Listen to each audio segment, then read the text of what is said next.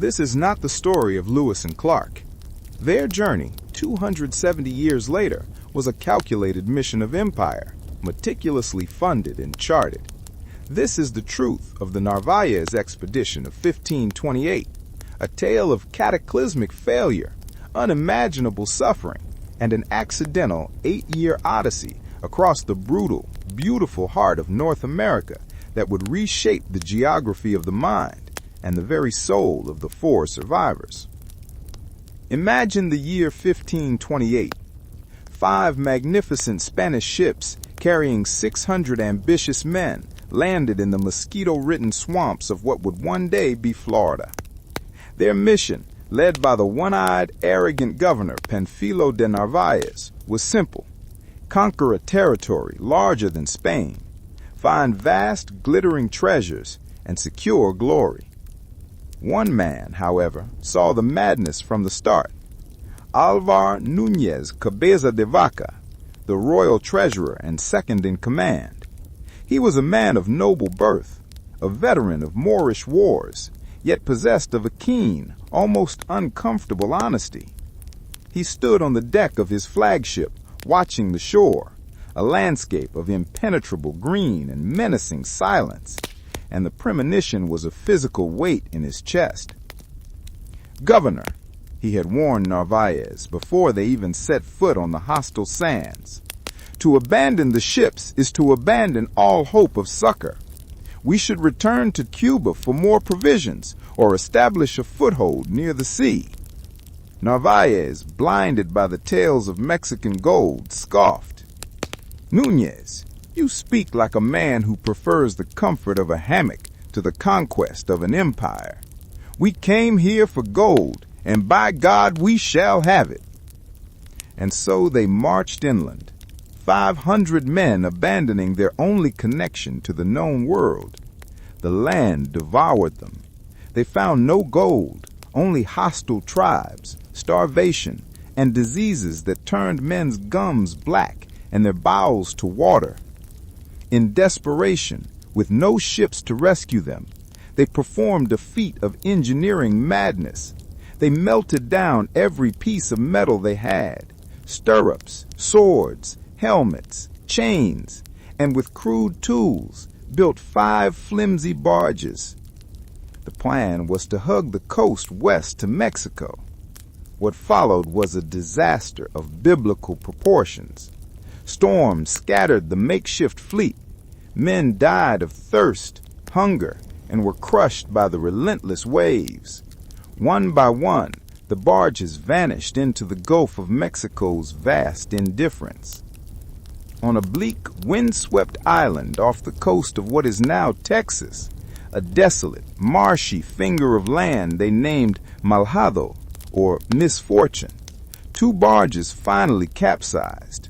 Of the initial 500, barely 80 men stumbled ashore.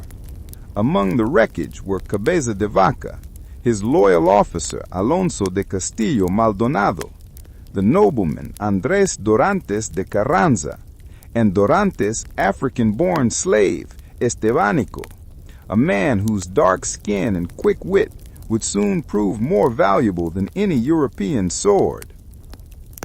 The 80 quickly dwindled. They became slaves to the local Carancuava people, living a brutal servitude, eating roots and shellfish, their European arrogance stripped away layer by layer until nothing remained but the bare, desperate will to survive.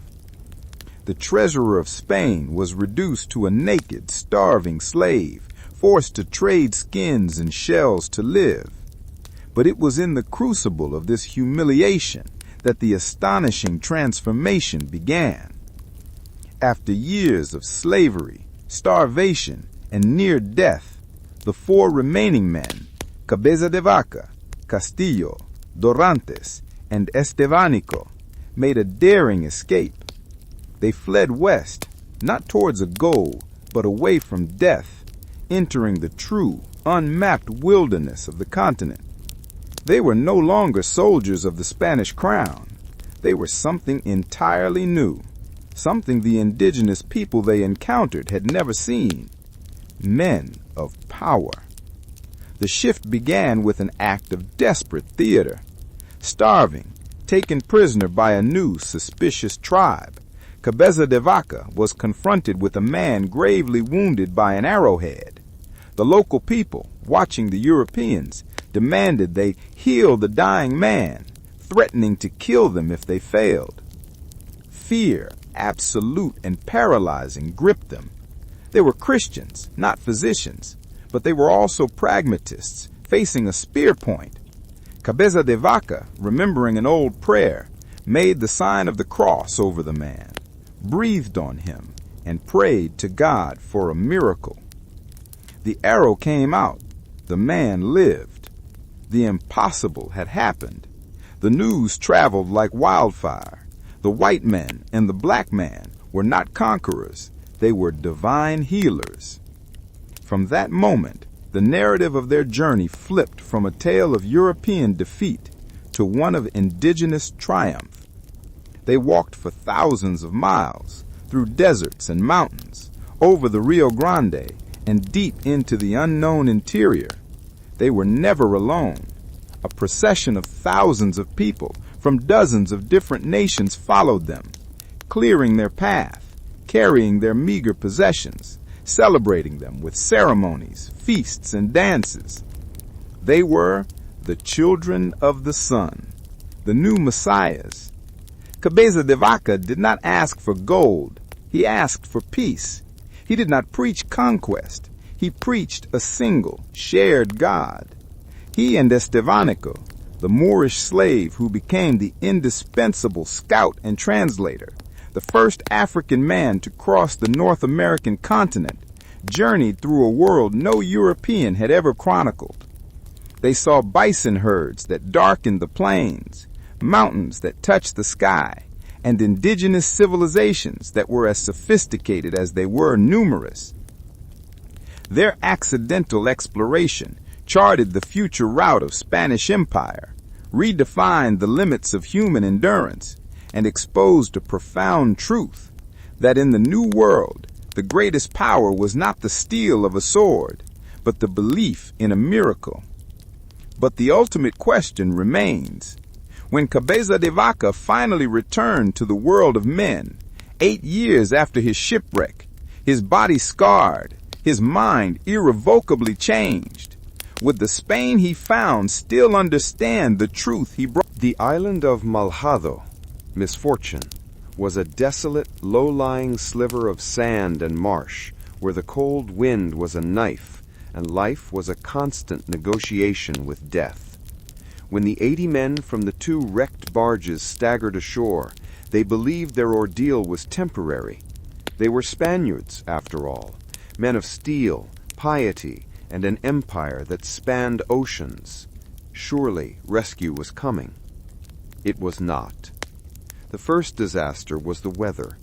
A severe winter descended, freezing the exposed men, already weakened by months at sea and starvation. Their European clothes were useless against the damp, penetrating cold of the Texas coast. Within weeks, half the men were dead. The local Carancawa people, a nomadic, fierce tribe of hunters and gatherers, first regarded the Spaniards with a mixture of awe and pity. They brought them food, roots, fish, and berries, and showed them kindness, mourning the dead by weeping with them, a gesture Cabeza de Vaca recorded as deeply moving. But the Carancawa, too, were on the brink of subsistence, and their patience was finite. A fatal mistake cemented the Carancawa's change of heart. Desperate for food and attempting to move south along the coast, the Spaniards, in their weakened state, began to die at an alarming rate. At one point, of a dozen men who attempted to set sail on a salvaged canoe, only 3 survived. The Carancawa, observing the Europeans' inexplicable inability to sustain themselves and their high rate of death, concluded they were cursed, or perhaps agents of disease. The remaining Europeans were separated and enslaved. For the next 4 years, Alvar Núñez Cabeza de Vaca ceased to be a royal treasurer. He became an object, a a slave. His hands, once accustomed to parchment and the hilt of a sword, were now raw from digging roots and hauling firewood. His most precious possession became a single piece of amber, which he used to start fires. His diet was a horrifying catalogue of desperation: the fat of dead dogs, prickly pear fruit, dried fish, and whatever roots he could grub up. His survival depended on his complete physical and psychological unmaking. He had to shed the arrogance of his culture and learn humility, patience, and the meticulous, back-breaking wisdom of the wilderness. He and his three companions, Alonso del Castillo, Andrés Dorantes, and the African slave Estevanico, were rarely together. They were scattered among different bands of the Karankawa and neighboring Coalitecan tribes, often going months without contact, believing the others dead. It was during this time of enforced separation that Cabeza de Vaca began to cultivate a crucial new skill: trade. The Karankawa, though kind, were brutal when angered. To avoid constant servitude, Cabeza de Vaca became a merchant. He walked barefoot, naked except for a rough skin covering, far inland, carrying goods between the coastal tribes and the interior people. He traded sea snail shells, conch pieces, and flint for red ochre, deerskins, and pine nuts. This life, though exhausting, gave him freedom of movement and, crucially, an unparalleled education in the geography, languages, and cultures of the region. He was the first true European insider to the vast, complex, and unseen world of the North American interior. The Four Wanderers and the seed of a miracle. The turning point came in 1532. By a remarkable twist of fate, the four survivors managed to find each other again during a tribal gathering. They realized that their continued existence as slaves was unsustainable. Their masters were constantly fighting among themselves, and every shift in the tribal dynamic threatened their lives. They had to escape. Their opportunity came during the yearly harvest of the tuna, the fruit of the prickly pear cactus. During the season, various tribes congregated inland to feast and trade. In the chaos of the gathering, the four men slipped away and fled west, a direction they chose simply because it was away from the punishing coast and the only one that seemed to lead toward New Spain, Mexico. Their initial freedom was a near-fatal mistake. They had escaped servitude to enter a deeper starvation. The land was barren, and the tribes they encountered were instantly hostile, regarding the four strange, emaciated figures with suspicion. It was with one of these new, aggressive tribes that their fate changed forever. A small band captured them, and finding them too weak to be useful slaves, threatened to kill them. It was here, in a smoky, rough-hewn hut, that the desperate act of healing occurred, as Cabeza de Vaca recorded. That same day there came to me a man who said that he was wounded, and that the arrow that entered his shoulder had lodged in his body. We determined to make the sign of the cross over them, for we had no other remedy for our ills. And having made the sign of the cross over them, and recommended them to God, they instantly said that they were cured. The modern mind seeks a scientific explanation. Perhaps the men were already recovering. Perhaps it was the power of suggestion. Perhaps the arrow wound was less severe than described. To the people of the interior, it was absolute, undeniable magic. The effect was instantaneous and profound. The four Europeans and their African companion were instantly transformed from unwanted liabilities into holy men.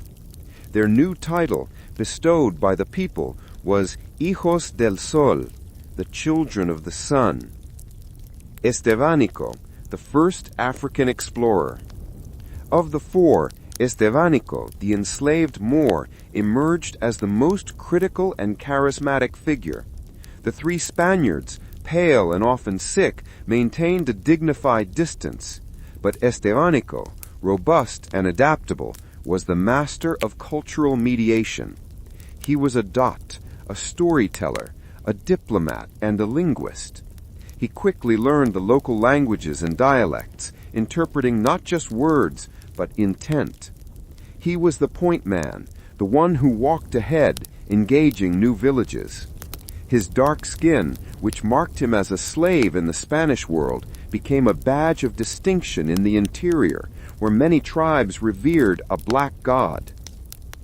As their fame grew, their healing ceremonies became more elaborate. The villagers would refuse to eat until the four men blessed their food. They brought them the sick and the dying, demanding cures. The travelers would pray over them, sometimes cutting open a wound, as Cabeza de Vaca learned to do on the arrow-wounded man, and then fasting for days, maintaining the illusion of powerful sacrifice. The four men were walking across the continent, not as desperate refugees, but as a religious procession. Their journey became a slow, majestic, and often terrifying relay. When they arrived at a village, the people would celebrate them, showering them with food, blankets, and precious stones. When they departed, the entire village would pack up and follow, escorting the children of the sun to the next community, believing their passage would bring protection and bounty. In one record, Cabeza de Vaca recounts a trail of 3,000 to 4,000 people following them for several days. They traversed the mountains of present-day New Mexico and Arizona, seeing the legendary humped-backed cows, bison, in numbers that dwarfed anything in Europe. They walked until they crossed the great river they would later learn was the Rio Grande. Their observations are the first reliable European eyewitness accounts of the North American West, yet they were filtered through the consciousness of men who no longer trusted the values of their own civilization. They saw evidence of vast, settled civilizations to the north, tales of magnificent pueblos, the cities of Cibola, with multi-story houses. But they chose to head south.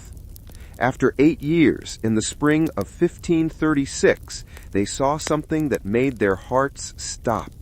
The unmistakable sight of a Spanish horse and rider near the Pacific coast of Mexico. The initial reunion was agonizing. The four men were naked, sun-scorched, and speaking a mixture of Spanish, Arabic, and several indigenous languages. The Spanish slave hunters, led by Captain Diego Alcaraz, were horrified and skeptical. The irony was crushing. Cabeza de Vaca had spent 8 years learning to respect and live in peace with the native peoples. The men who rescued him were brutal slavers, immediately attempting to seize the people who had guided the four wanderers to safety. Cabeza de Vaca confronted Alcaraz, arguing fiercely to protect his followers. He had to convince the surrounding native people that he and the slavers were not the same people. He had lived their life. These men were a different kind of monster. The final rupture between the explorer and the empire occurred when he was brought before the viceroy of New